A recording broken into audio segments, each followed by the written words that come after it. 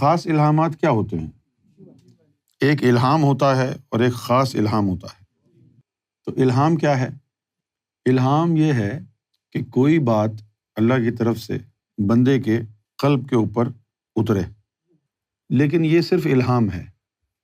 خاص الہام کیا ہے؟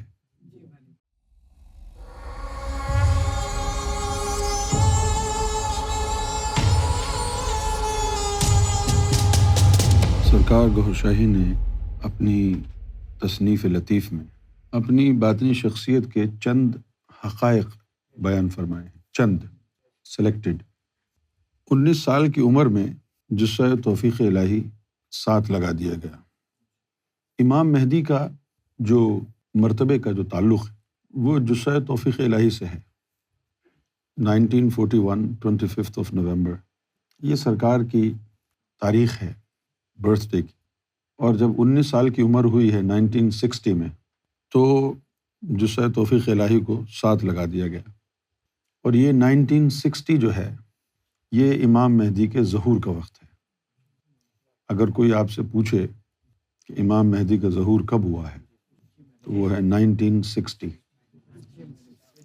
جسہ توفیق الہی 19 سال کی عمر میں عارضی طور پر ملا تھا، 1 سال رہا، پھر 14 سال کے لیے غائب ہو گیا، اور پھر 14 سال کے بعد 1975 میں پھر دوبارہ آ گیا جسہ توفیق الہی، اور اسی کے زیر اثر لال باغ چلے گئے۔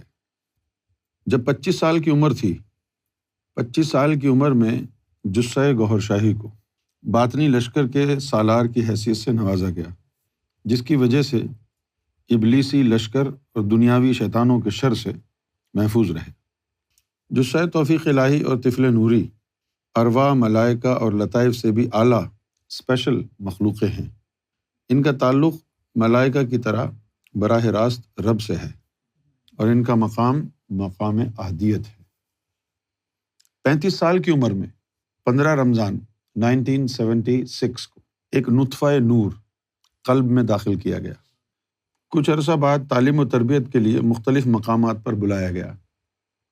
15 رمضان 1985 جب آپ دنیاوی ڈیوٹی پر حیدرآباد مامور ہو چکے تھے، وہی نطفہ نور طفل نوری کی حیثیت پا کر مکمل طور پر حوالے کر دیا گیا، جس کے ذریعے دربار رسالت میں تاج سلطانی پہنایا گیا۔ طفل نوری کو 12 سال کے بعد مرتبہ عطا ہوتا ہے، لیکن دنیاوی ڈیوٹی کی وجہ سے یہ مرتبہ 9 سال میں ہی عطا ہو گیا۔ جشن شاہی منانے کی وجوہات۔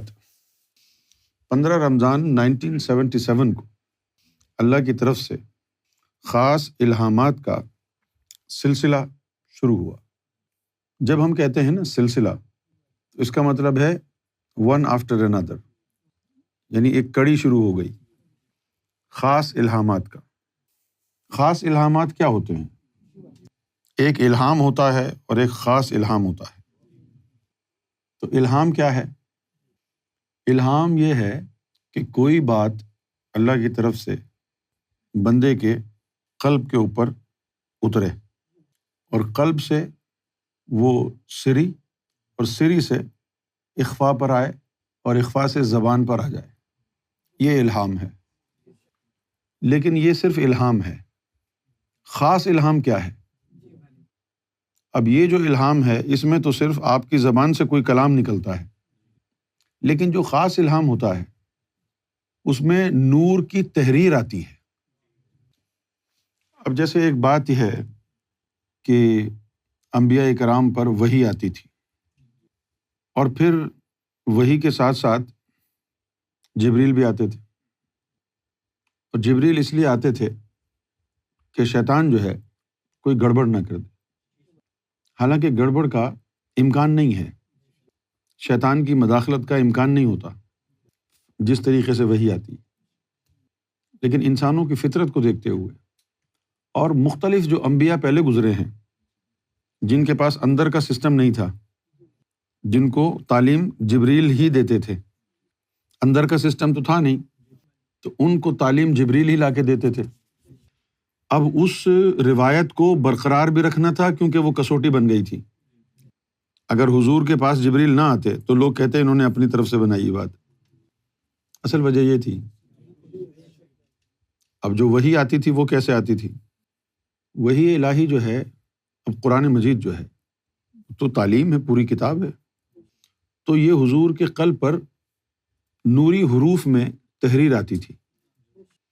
اب اللہ نے جو نظام اس کا بنایا ہے وہ کیا ہے؟ فرض کیا کہ تحریر اللہ کی طرف سے نیچے آئی اور بیچ میں ہو گئی گڑبڑ، شیطان نے کچھ ملا دیا، اس کا بھی علاج باطنی تعلیم میں ہے۔ تو جب وہ تحریر اللہ کی طرف سے آئے گی براہ راست تو وہ قلب کے اوپر آئے گی، قلب میں نور ہے، جو آمیزش شیطان کی طرف سے ہوگی قلب اس کو کاٹ دے گا۔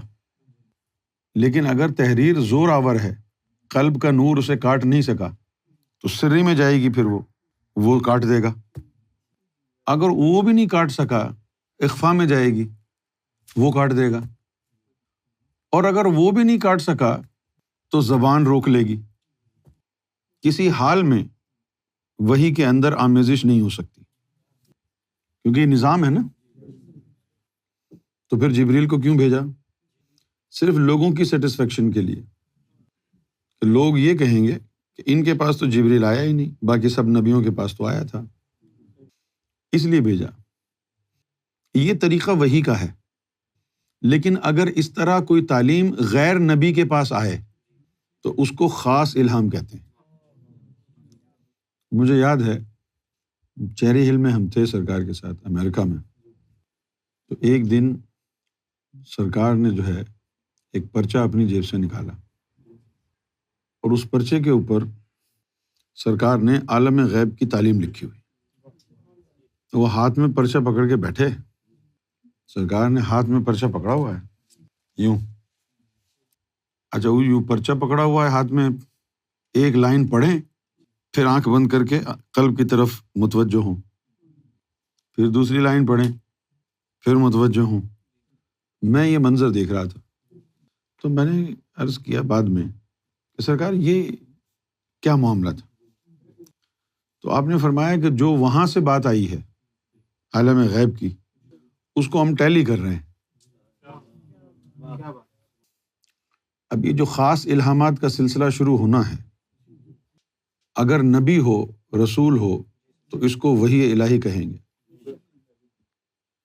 اب میں آپ سے ایک بات اور شیئر کرنا چاہتا ہوں، وحی کا مطلب کیا ہے؟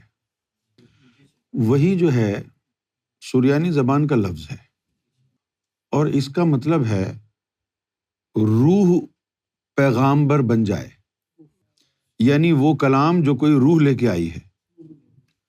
تو وہ کلام کون سی روح لے کے آتی تھی؟ جبریل امی کی، اسی لیے اس کو وحی کہتے ہیں۔ اگر یہ تحریر قلب پر آ جائے خود بغیر جبریل کے تو اس کو خاص الہام کہتے ہیں۔ میں نے ایک دن سرکار سے پوچھا کہ سرکار یہ جو آپ مثال دیتے ہیں مرشد کے ساتھ مرغی کی، کیونکہ سرکار نے ہمیشہ جو ہے یہ مثال دی ہے کہ اگر کوئی انڈے کی خاصیت سے واقف نہ ہو، اگر اس کو کہو کہ یہ انڈا ہوا میں اڑے گا، چو چو کرے گا، تو تم کہو گے نہ اس کے پر ہیں نہ اس کی چونچ ہے، یہ کیسے چو چو کرے گا؟ فرمایا کہ یہ جو انڈا ہے اس میں ایک چوزا بند ہے، اس کو باہر نکالتے ہیں پھر وہ چو چو کرتا ہے، اڑتا بھی ہے۔ پھر فرمایا کہ یہ انسان کے اندر بھی ایک انڈا ہے، اس کو بیضۂ ناسوتی کہتے ہیں۔ بیضا جو ہے وہ فارسی زبان میں انڈے کو کہتے ہیں، بیضا۔ بیضۂ ناسوتی ہمارے اس قلب کو کہتے ہیں، اور وہ جو مرغی کا انڈا ہے اس کو صرف بیضا کہتے ہیں۔ فرمایا کہ انڈے کے اندر ایک چوزا بند ہے اور ہمارا جو قلب ہے اس کے اندر ایک فرشتہ بند ہے۔ انڈے میں سے چوزا نکالنے کے لیے مرغی چاہیے اور قلب میں سے فرشتہ نکالنے کے لیے مرشد چاہیے۔ مرغی کیا کرے گی؟ وہ انڈے کے حساب سے اس کو گرمی پہنچائے گی۔ مرشد کیا کرے گا؟ تیرے سینے کے حساب سے تجھے نور کی گرمی پہنچائے گا۔ انڈے کے اوپر 3 جالے ہیں، گرمی سے پھٹ جائیں گے، تیرے دل کے اوپر 1,80,000 جالیں مرشد کی نظر سے پھٹ جائیں گے۔ یہ انڈا پھٹے گا تو اس میں سے ایک چوزا نکلے گا، اور یہ جو دل پھٹے گا اس میں سے ایک فرشتہ نکلے گا۔ یہ جو چوزا نکلے گا کوئی اس کو سکھائے گا نہیں، بغیر سکھائے چو چو کرے گا۔ کیوں؟ کہ چو چو اس کی فطرت ہے۔ وہ جو فرشتہ دل میں سے نکلے گا اس کو کوئی سکھائے گا نہیں، وہ اللہ اللہ کرے گا، کیونکہ اللہ اس کی فطرت ہے۔ تو میں نے عرض کیا کہ سرکار یہ مثال جو ہو بہو آپ دیتے ہیں، یہ مثال پہلے نہیں سنی۔ تو بہت مسکرائے، فرمایا کہ یہ حضور صلی اللہ علیہ وسلم کی مثال ہے، آپ دیا کرتے تھے۔ یہ وہ مثال ہے جو خود نبی پاک صلی اللہ علیہ وسلم دیا کرتے تھے۔ یہ جو خاص الہام کا سلسلہ شروع ہوا، خاص الہام سے مراد ہوتی ہے تعلیم اوپر سے آنا۔ تو یہی وہ بات ہے جو امام جعفر صادق نے کہی تھی، کتاب جدید۔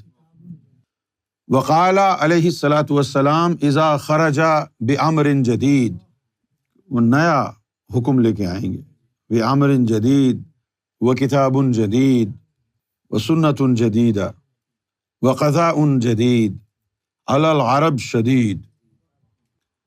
یہ جو خاص الہامات کا جو سلسلہ ہوتا ہے یہ تعلیم پر مبنی ہوتا ہے، اس لیے نوری تحریر میں آتا ہے۔ اب جو نوری تحریر ہوتی ہے، جس کے پاس آتا ہے اس کی زبان میں وہ تحریر ہوتی ہے۔ اس کی زبان میں کیوں ہوتی ہے؟ اس کے لیے ہوتی ہے، کسی اور کی زبان میں کیوں دے گا اللہ اس کو؟ وہ کلام جب بلے شاہ کے پاس اترا، اب یقین کریں وہ پنجابی کا قرآن ہو گیا۔ جب میاں محمد بخش کے اوپر اترا تو وہ قرآن کی آیتیں ہو گئیں۔ شاہ عبد اللطیف بٹھائی پہ اترا تو وہ سندھی کا قرآن ہو گیا، اور جب وہ فارسی میں اترا کسی کے دل پہ تو مولانا روم نے کیا کہا معلوم؟ مثنوی معنوی مولوی ہست قرآن در زبان پہلوی۔ یہ جو مولانا روم نے مثنوی لکھی ہے نا، ہست قرآن، یہ قرآن ہے در زبان پہلوی، فارسی زبان کا۔ اب جیسے ہم اس آیت کا ترجمہ کیا کرتے ہیں، لوگ پتہ نہیں کیا کرتے ہیں، لیکن ہم کو جو دکھایا گیا وہ کیا تھا؟ وَمَن يُؤْمِن بِاللَّهِ، اور اللہ جس کو مومن بنانا چاہے، یہ اس کا ترجمہ۔ یہدی قلبہ، تو اس کے قلب کو ہدایت دیتا ہے۔ تو خاص الہامات سے مراد ہوتی ہے تعلیم۔ اس کا سلسلہ 15 رمضان المبارک سے شروع ہوا، رادیہ مردیہ کا وعدہ ہوا۔ اب یہاں ایک باریک نقطہ ہے جو آپ کو سمجھنا ہے۔ اس نقطے کو نہ سمجھ کر لاکھوں لوگ گمراہ ہو جاتے ہیں اور لاکھوں لوگوں کے ذہن کنفیوز ہو جاتے ہیں۔ وہ نقطہ کیا ہے؟ کوئی کہتا ہے کہ اے خواجہ، اے داتا مجھے اولاد دے دے، اے قلندر مجھے اولاد دے دے۔ تو جو ولیوں سے عقیدت رکھتے ہیں وہ تو مانتے ہیں ان بات کو، لیکن جو دیوبندی ٹائپ ہوتے ہیں وہ کہتے ہیں یہ شرک ہو گیا۔ اچھا، اب اگر آپ اس بات کو قرآن و حدیث کی روشنی میں پرکھیں گے تو بھی آپ کو شرک نظر آئے گا۔ ولیوں نے اس راز سے پردہ نہیں اٹھایا۔ کیوں نہیں اٹھایا؟ اس لیے نہیں اٹھایا کہ یار مجھے اللہ نے 150-200 آدمیوں کو ذاکر قلبی بنانے کا حکم دیا ہے، ان 150-200 آدمیوں کو روحانیت پہ لگا کے میں نکلوں یہاں سے۔ اگر میں نے کوئی ایسی بات کھول دی جو عوام میں پھیل گئی، لوگوں نے نہیں مانی، تو میرے اوپر جو 150 آدمیوں کو ذاکر قلبی بنانے کی ذمہ داری اللہ نے لگائی ہے وہ کیسے پوری ہوگی؟ اس لیے انہوں نے خیر و عافیت اسی بات میں سمجھی کہ چپکے لوگوں کو روحانیت سکھا دو، یہ پوری قرآن کی تشریح کر کے اپنے اوپر عذاب نہ لو۔ آج سے 20 سال پہلے میں نے بھی سوچا کہ میں قرآن مجید کی باطنی تشریح لکھ دوں، اور میرے لیے یہ کوئی مشکل کام نہیں تھا۔ غیبت کے بعد میں A4 سائز کے 30 پیجز روزانہ لکھ کے گورشاہی.com پہ لگاتا تھا۔ کوئی مشکل کام نہیں تھا، شروع بھی کیا میں نے، لیکن مجھے پھر اوپر سے آواز آئی کہ جب سپرد قلم کر دو گے تم یہ، تو اس کی جو فقہ تمہارے پاس ہے وہ لفظوں کے ذریعے لوگوں تک تو نہیں جائے گی، اس کی جو فقہ انڈرسٹینڈنگ ہے، جس طرح تم اس کو سمجھ رہے ہو، وہ جب تم کتاب کے حوالے کر دو گے یہ کلام، تو اس کتاب میں تو یہ طاقت نہیں ہوگی کہ وہ اس کی انڈرسٹینڈنگ بھی پڑھنے والے کو دے دے۔ لہٰذا اپنے تئیں جو کچھ ہو سکتا ہے زبانی کلامی کر لو، ورنہ قرآن مجید میں بار بار اللہ تعالیٰ نے فرمایا ہے کہ اللہ نے کچھ آیتیں ایسی فرمائی ہیں جن کو اللہ نے نام دیا ہے آیت مبینات۔ وہ جو آیات ہیں مبینات، یہ خاص آیات ہیں، یہ روشن ووشن نہیں ہیں، وہ خاص آیات ہیں۔ مبینات کن چیزوں کو کہتے ہیں؟ جیسے ہے علم البیان، مولویوں نے اس کو رکھ دیا ہے بولنے کا سلیقہ، بیان کرنے کا طریقہ، لیکن وہ زبان تو وہ بیان والی تو بات ہی نہیں ہے اس میں۔ علم البیان کسی اور چیز کو کہتے ہیں، یعنی بینات سے نکلی ہے۔ آیات مبینات وہ ہوتی ہیں کہ جس کی گواہی آپ کا خود دل دیتا ہے کہ یہی مطلب ہے اس کا جو تم سمجھ رہے ہو، وہ آیتیں بولتی ہیں۔ تھوڑا تھوڑا ہم لوگوں کے سامنے وقتاً فوقتاً ان آیتوں میں سے کچھ چیزیں نکال کے لوگوں کو شیئر کرتے رہتے، لیکن ساری نہیں کرتے، جتنی ضرورت ہے۔ اس کی وجہ کیا ہے؟ اس کی وجہ یہ ہے کہ کچھ جو ہیں قرآن کی آیات، جس طرح فرض دو قسم کا ہوتا ہے، ایک ہوتا ہے فرض وقتی اور ایک ہوتا ہے فرض دائمی۔ دائمی کا مطلب ہے کہ ہر وقت کرنے والا، اور وقتی کا مطلب ہے مقررہ وقت پر کرنے والا۔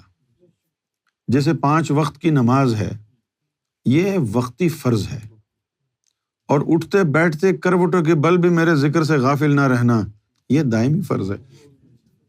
ایک حدیث شریف میں آیا کہ جو دائمی فرض ادا نہیں کرتا، اللہ اس کے وقتی فرض کو قبول نہیں کرتا۔ کر لو، رکھ لو روزے اور نمازیں، جب تک دائمی فرض نہیں ہوگا نہ نماز قبول نہ روزہ قبول۔ مجھ سے دشمنی کرنے کی ضرورت نہیں ہے، یہ حدیث ہے۔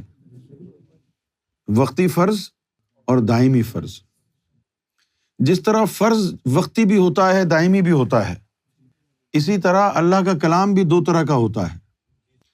ایک اللہ کا وہ امر، وہ حکم جو ایک مخصوص زمانے کے لیے ہے، اور دوسرا وہ جو ہر زمانے کے لیے اور ہر امت کے لیے ہے۔